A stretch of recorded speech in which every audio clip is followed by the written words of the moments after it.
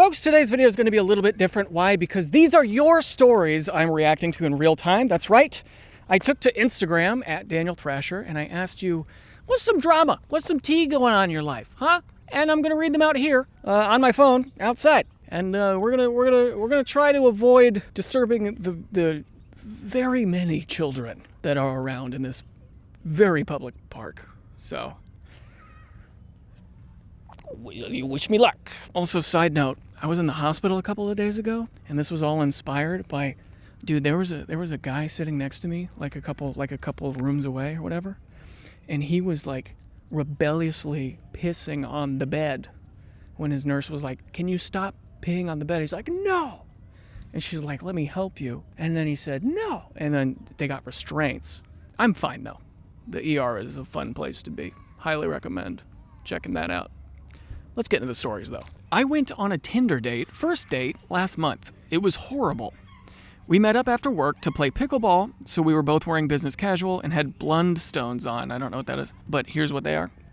Look at that. I'm gonna guess like some kind of shoe. He decided that instead of playing in those shoes, it would be easier to take off his shoes and his socks to play barefoot. So less than 15 minutes into our date, he was barefoot.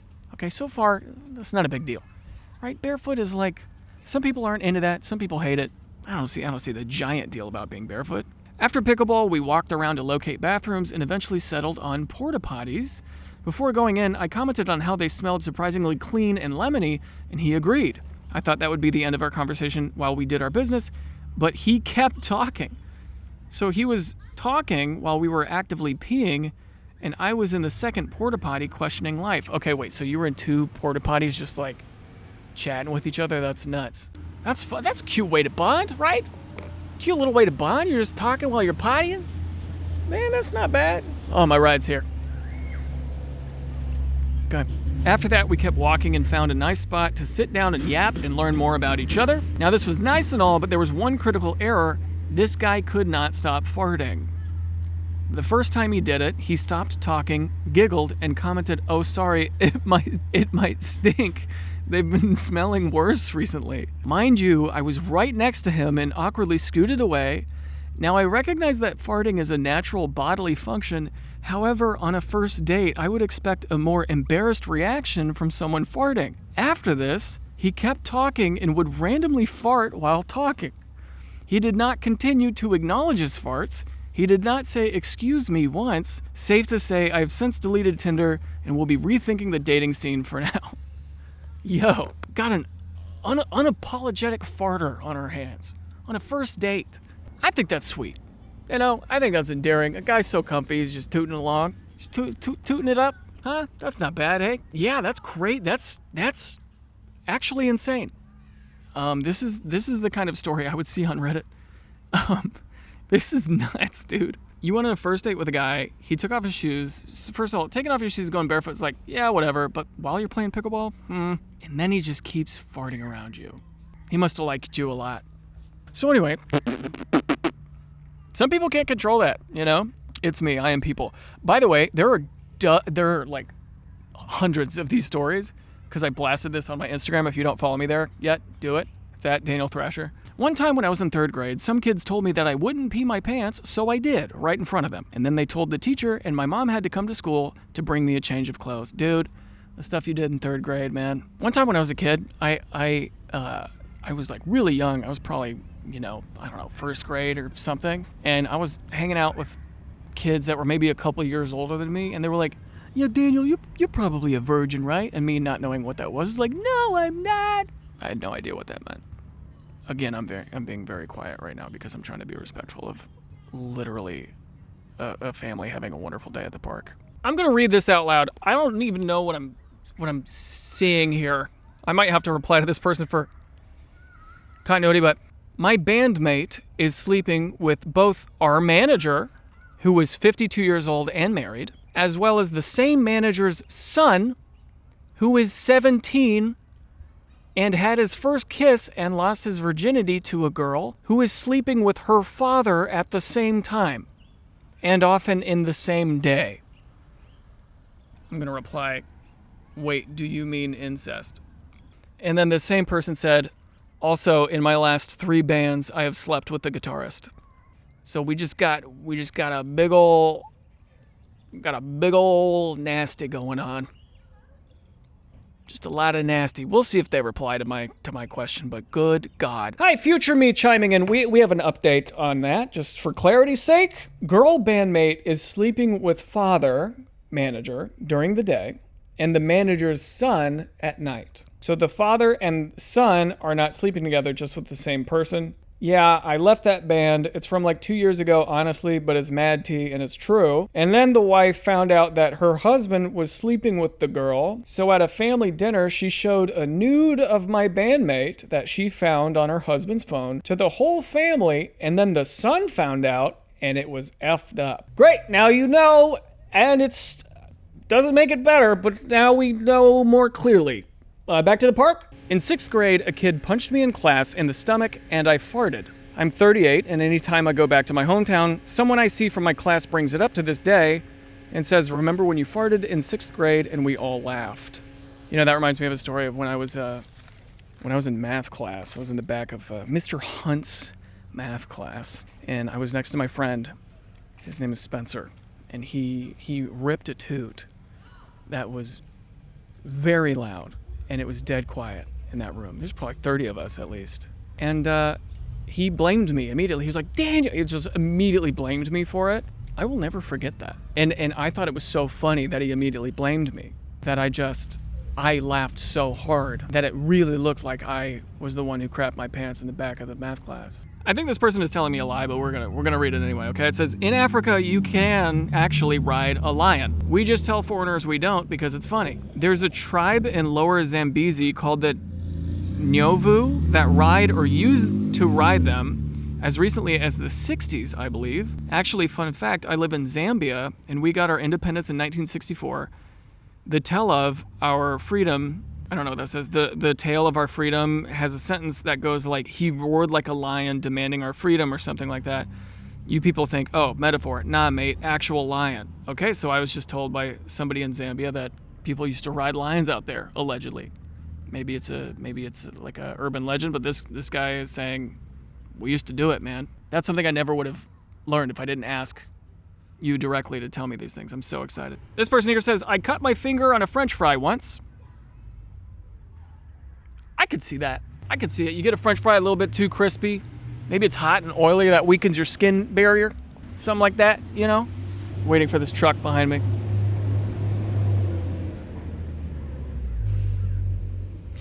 I could see that happening. Easy. Yeah, or like, you know those shoestring fries, like the really, really thin fries? The really thin ones that get super sharp? I could totally see that happening. Okay, I just got word there's a squirrel behind me. You got coverage of that? Let's take a gander. Where is it? He's gone now. Oh, what the f***? Oh, wait, there he is. Oh, good. Thank you. Get him back. Okay, this one's a pretty simple act of vengeance here. This guy says, when I was maybe 5 or 6 years old, my mom would leave me at a mini club for kids after my martial arts classes. I'd often bring my Lego toys to said club because I was show off, and one of my favorite things was to bring a 2013 Hulk Big Fig with purple undies. He was, and still is, one of my favorite figures in my collection. See, the issue, however, was that there was a really annoying brat at said club who'd always touch my Legos without my permission, so I'd always end up pulling his hair or hitting him. On to the main story. One day, as I'm getting dressed to leave, I realize my Hulk toy is gone, and I see this little is trying to escape with something green in his hands. I run after him and jump on his back. I pin him to the ground and start pummeling punches on him. After a minute or so, I get up, take my Hulk toy, and leave. The kid was never seen at the club again, and I still have my Hulk figure to this day. Well, I mean, you just got your friend back. You know, I can't blame you for that, dude. One time when I was in kindergarten, I had a Vulpix Beanie Baby. It was my favorite thing ever. I think I got it from like a KFC drive-thru or something. They had this like, I don't know if anybody remembers this, but KFC had a drive-through thing with Pokemon. I think it was maybe for the Pokemon movie or something, where they would give you like a Pokemon plushie, and mine was a Beanie Baby or a little, mine was a Vulpix, and that was my favorite. Anyway, I had this Vulpix, and I was in line for the water fountain, and so I sat Vulpix down next to me, and I go up to sip from the water fountain, and behind me I hear a kid say, 4! I turn around. And this kid, this is a repressed memory. I haven't thought about this in maybe over a decade. This kid winds his foot back and goes to kick it like that. I dive for my Beanie Baby, wrap my hands around it, slow motion style. No. I break my finger. I forgot about this. I had a splint on my finger for weeks after that, but I protected my Vulpix and you protected your Hulk, and that's what I like to see around these parts. So this one's an interesting one because it's, we've all been there. You run into your ex at a place you used to go to. This is that situation. My ex-boyfriend ended up being a shitty person and supposedly started looking for me at craft fairs. It made me a bit nervous about the one thing I'm looking forward to going to soon. Doesn't that suck, dude? When you and your ex used to love a place together mutually, it's like every breakup has this turf war situation where, God, this was our favorite restaurant, and it's it's like at a point, do you text your ex and like, hey, I'm reserving my time at this restaurant on this day. Can you please not come this day? I feel like that's got to be some kind of unspoken rule where you're not, sharing the time. One time I used to run into an ex of mine at a restaurant I really loved, and it was very close to my house, and it was very frustrating that she would be there so often. But we don't have to talk about that. When I was 21, I ended up losing my virginity to someone who I had known and been speaking to since I was 18. She, however, was 35. Like most people's first time, it wasn't a great experience. Without telling you everything, the important details are that I struggled to finish. After 2 hours of doing it, I gave up, and I wore a condom the entire time. After having a mate fake call me to give me an excuse to kick her out afterwards, a few weeks later, I got a text from her asking if the condom had slipped. I told her no, only to never hear from her. So I sat and waited for 9 months, just dreading getting that text or call to tell me that I was a dad, but nothing ever came, so I thought nothing had happened. Cut to a couple weeks ago, I'm now 28. I received a text message from her out of the blue. I, for some reason, engaged, and we started talking again, which ultimately led to talking about those events. Turns out, she did get pregnant, but she miscarried. So thank God I'm not a dad. So this dude got somebody pregnant on his first time. 2 hours on your first go, though? I mean, sheesh. What's your secret? Yeah, I'm talking about. I crave the touch of a man. The restaurant I work at gave the ICE agents who came in special chocolates. And when a regular patron asked for one, we had to say no because they were laxatives. Allegedly, of course. Wasn't my idea, however, it did cause for some hasty exits.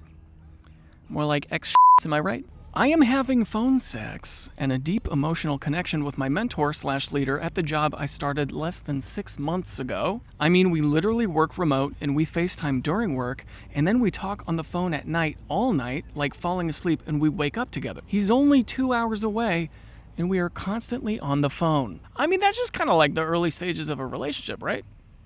Unless one of y'all is in a relationship. Good for you for being, hey, this is real tea, Yeah, dude, there's a family geocaching right behind that camera right now, which is why I'm being quiet. It's like a young family. It's like, I feel so weird reading these things next to them. My ex got with a guy who genuinely looks identical to me. I've had various people messaging me asking why she's posting pictures of me again. It's so embarrassing. She got a type. All right? Ain't nothing wrong with that, okay? She wants another chocolate from that flavor of the box. She's trying another ride at the fucking amusement park of guys that look like you. Huh?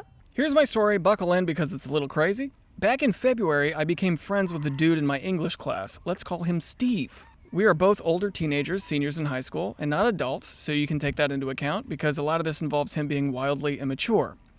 We spent a lot of time texting each other and getting to know each other, and the relationship was strictly platonic because he was dating somebody who he was pretty obsessed with at the time. Everything was very normal, and he made a good and supportive friend.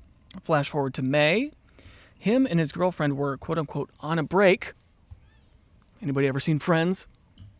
But planned to discuss getting back together on a set date. Steve and I were bored, and we came up with a silly game together where we would challenge each other to do silly things and film it and send it to the other person, such as attempting to climb a tree or trying to chug soda in a short period of time. At first, it was completely innocent.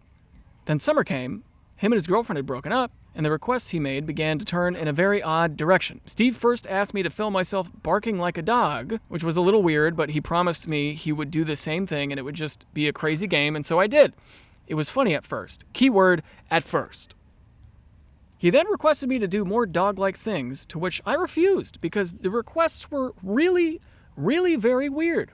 He wanted me to tie myself to something and pretend to pee on things, crawl around and bark, or trap myself in a cage. I don't know what happened to his brain between February and May, but it was obvious to me that he was a little messed up. Steve seemingly dropped the topic for about a week until he asked if I wanted to play the game again. He said he'd keep it innocent, so I believed him. And once again, we began to make each other do innocent, silly things like collect 100 rocks and paint them, or do push-ups with our hands tied together. That's odd. This is an odd story.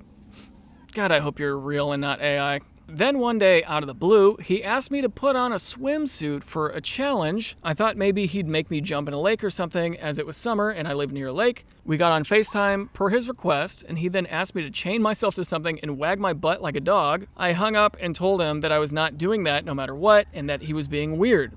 He apologized, but guess what happened? He began to spam me with messages asking me to bark for him. I am not kidding. And for some reason, I didn't block him. I began to receive unsolicited videos and photos from him of him in a cage, barking or crawling and acting like a dog. That happened multiple times. Then this boy, believe it or not, began telling people that he owned me. Owned me, in all caps here. He kept on calling me his doggy and told me and others that he was my owner. He began to request photos of me in swimsuits with my shirt off, and get this, he had just began dating an amazing, sweet, and talented girl that wasn't me. To this day, he still finds ways to call me his pet and won't stop spamming me with messages, asking for me to be his dog until I graduate, and still claims he is my owner. I didn't realize people as popular and seemingly kind as him could be so messed up. Yeah, dude, that story is so insane. I almost don't believe it, but I also do believe that, teenage boys are freaking insane and will spam girls to do crazy stuff.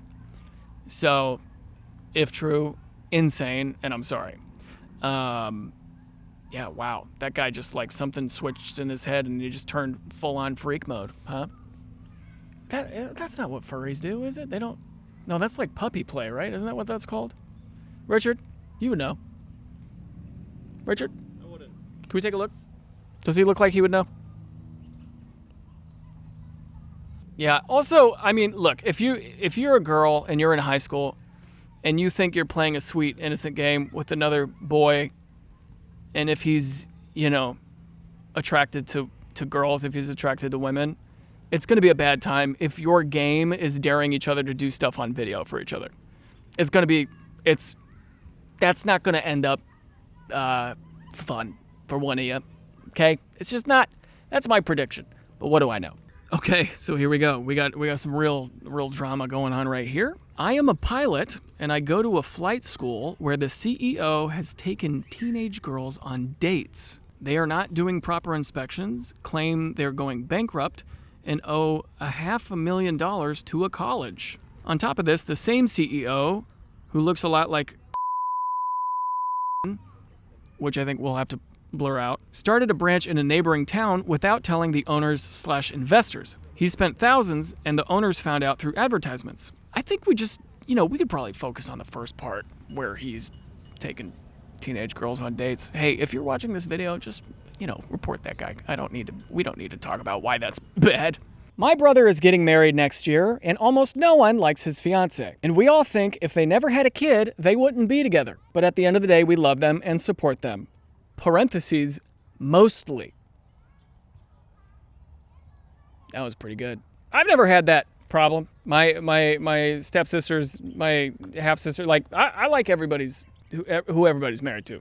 I've never had that situation before, but I can imagine that being very concerning. If one of your family members starts dating a goober, and you can't help but to be fearful and sad and scared. That'd be alarming. I'm sure a lot of you out there have experiences like this. Whoa.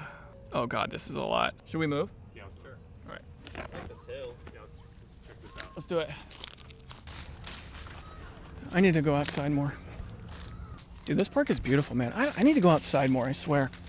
Who doesn't love a good crunchy leaf, dude? Listen to these. These are too wet.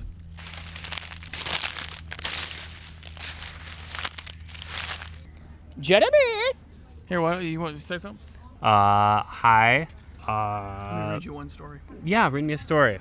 Okay, so I just found out that my roommates have been intentionally hiding from me and hanging out without me. We have a suite-style bathroom that connects 2 rooms. 2 people live in each room.